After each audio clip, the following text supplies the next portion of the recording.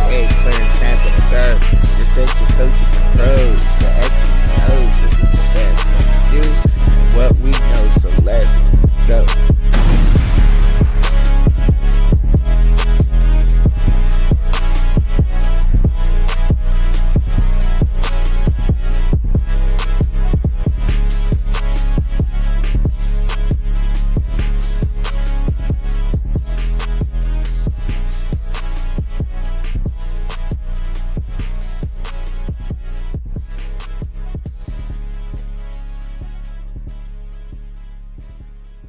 So moving on. Make sure y'all like, share, subscribe to the channel, man.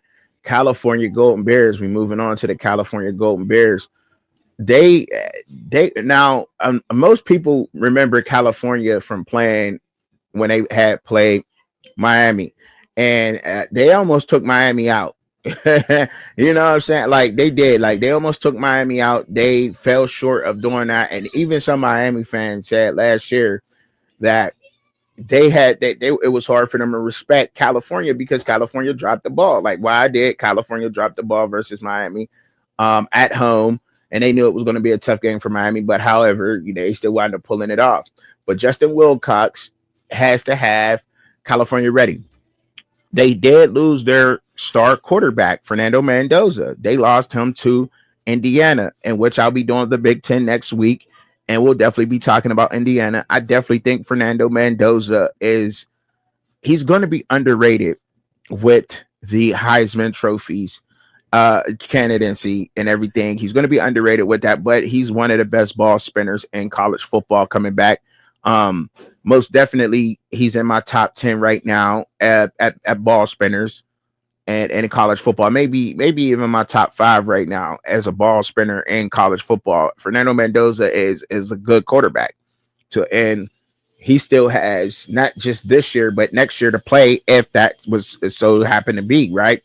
But moving on to the offense, see, California has gotten, and just Coach Wilcox, he has so much to do with this offense because they got a lot of transfers in. Now they were 6-6 last season, 2-6 in the conference, which they just didn't play really good, and there's a lot of frustration. They will be having their returning running back Jaden Ott.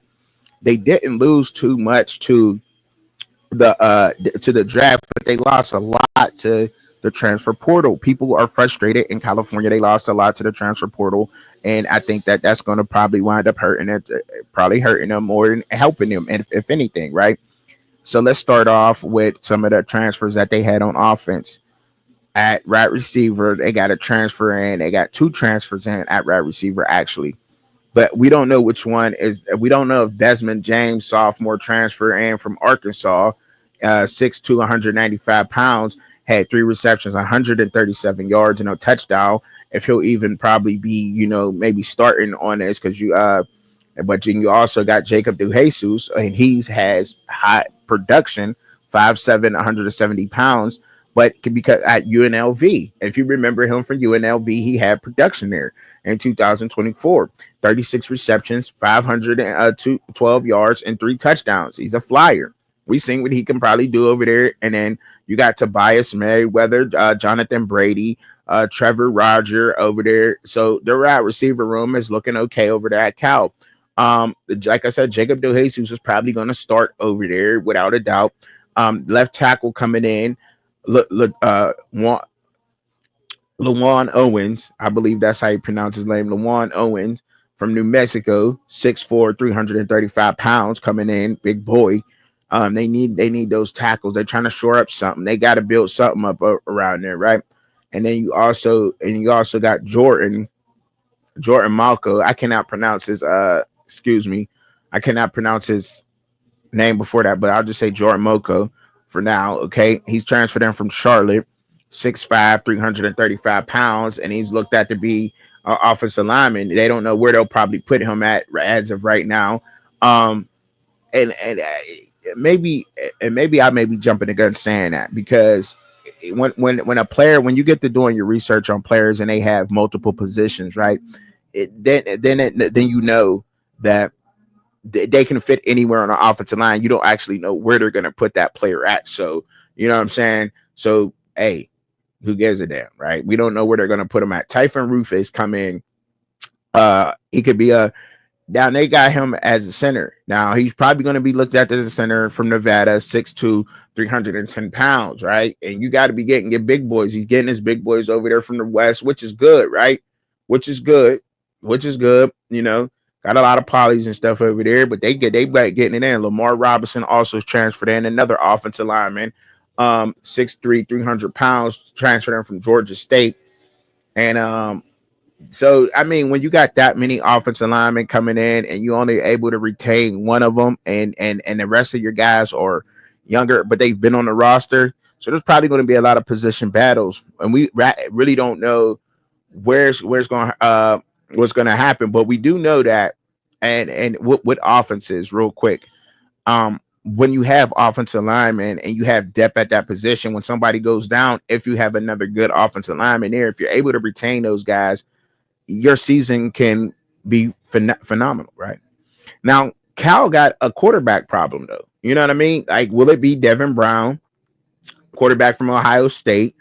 At 114 yards, 55 completion percentage, one touchdown, and all of. So he really didn't play. Will it be him? 6'3", 215. Will it be him for Cal? Would it be Dominic Ezra? Would it be him? 6'4", 200 pounds from San Mateo. You know what I'm saying? Would it be him from JUCO ball?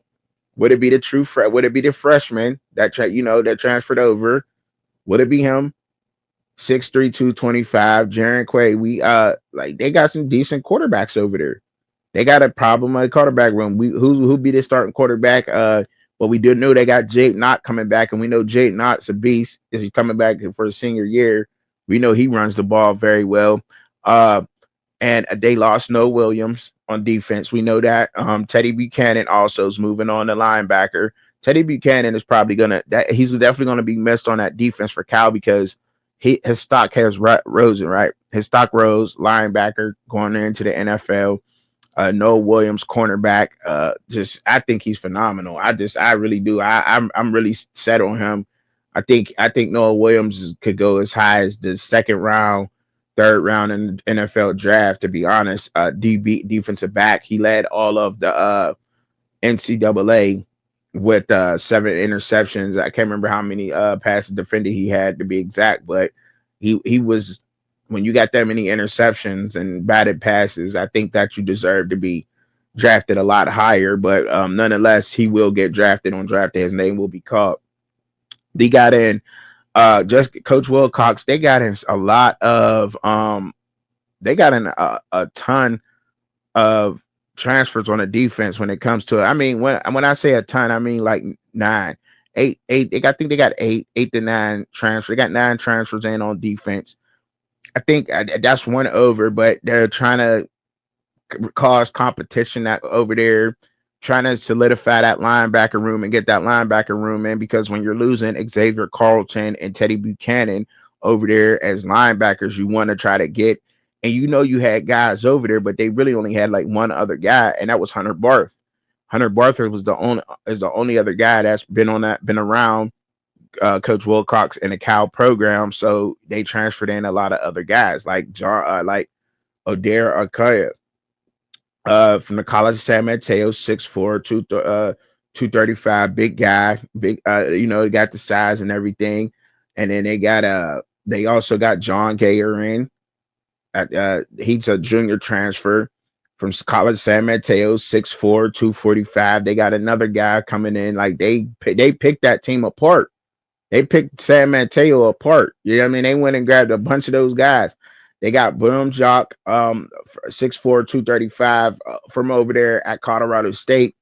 He had 40 solo tackles, a forced fumble, and an interception for Colorado State. They plucked him from that roster also.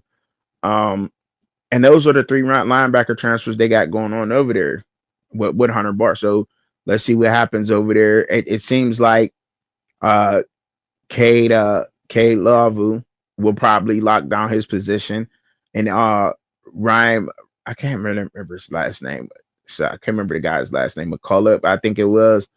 and he's another linebacker on that roster. And for defensive tackles, they got a Tyson Ford transferred in. But I think Nate Burrow will probably start. I think Nate Burrow will probably be starting over there. Tyson Ford, I don't know if he'll be a depth piece or not coming, but when you coming from a school like Notre Dame, you'll probably get a chance to start 6'5", 301 pounds. Yeah, you'll probably get a chance to play. I mean, they didn't have much production over there though. You know what I mean? And see, and that's the thing. Like when you come from somewhere, you got to have some kind of production, kind of solo tackles or whatever transferred over. Young guy, I think he's only a sophomore, so he didn't get to play over there, and he wasn't willing to stay and develop out, right? And that's just how that goes. They got a cornerback in, um, Zyga Massis. Okay, he coming from Florida International, 6'1", 175 pounds, 24 solo tackles, a forced fumble, interception, and 4 passes defended. All right.